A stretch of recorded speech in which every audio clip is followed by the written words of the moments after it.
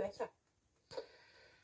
I'd be struggling to find a time from, so far behind in a match where I've played as well. Certainly tonight came out and no one's more shocked than me. I've had a terrible run here in the last few years and played out in that very arena and made the game look very easy at times and made it look unquestionably the most difficult game in the world. So I think, Judd will back me up. It's, when you're out there, it can be brutal or it could be the best place in the world. Well, I'll tell you what, it was a chase. Kyren was on a mission. He was 5-1 up. He was 10-4 up. The clears to go 10-6 yesterday afternoon, the yellow with the rest. One of the shots of your career, surely.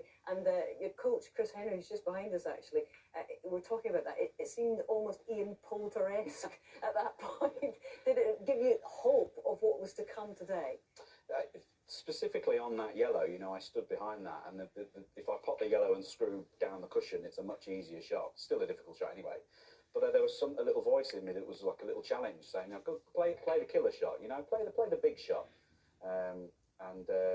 I couldn't believe it went in. It was perfect on the green, and that did kind of seem to change a bit of the momentum of the whole game. And then it changed today. You came out of the trap. Suddenly it was 12-all. At the black ball game, there was a huge amount of emotion. There were the fist pumps, as Rob Walker was saying.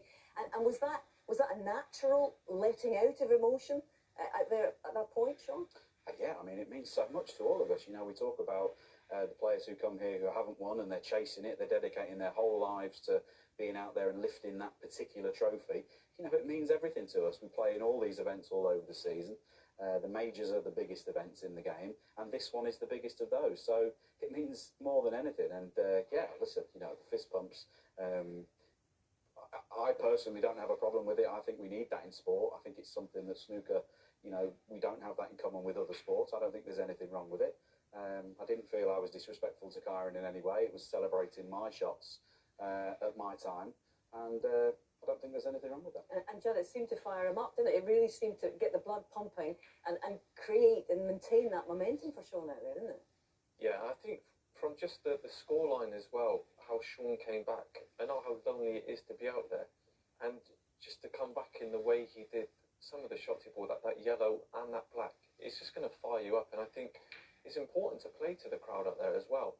We haven't had crowds in for a year now, and just to have them there behind you, it just picks you up and spurs you on. You could see that in Shaun's performance. And there was the winning double as well. You celebrated, you just finished off in such style, with such panache here. What a lovely shot. Well, my friends who I grew up, because obviously Kyren and I grew up in Northants together, obviously a few years apart, but, I'm known as the worst doubler in Northants, maybe the world.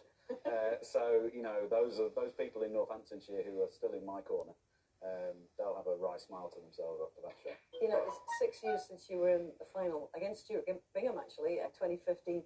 You haven't been past round 2 since then. What have you found this year, and how have you found it?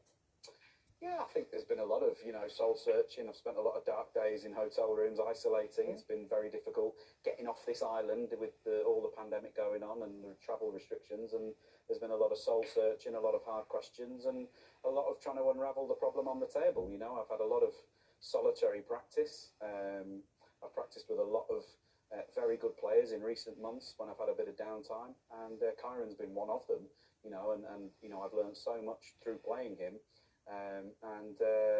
Together with Fergal and Ken and Mark Allen and Geordie Brown up there in Northern Ireland, I owe them a great deal because they gave me their time and probably sharpened me up a bit. It's been a crazy old day, Shaun. You are the first man through to tomorrow's final. Can you sum up what it is like and what it means to you to be back in a fourth final?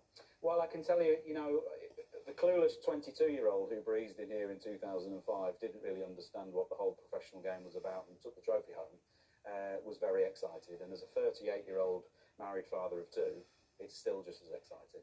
Well, it's fantastic to see you back and playing the way that we know you can play. Shaun, our very best wishes to you for tomorrow's final. Thank you.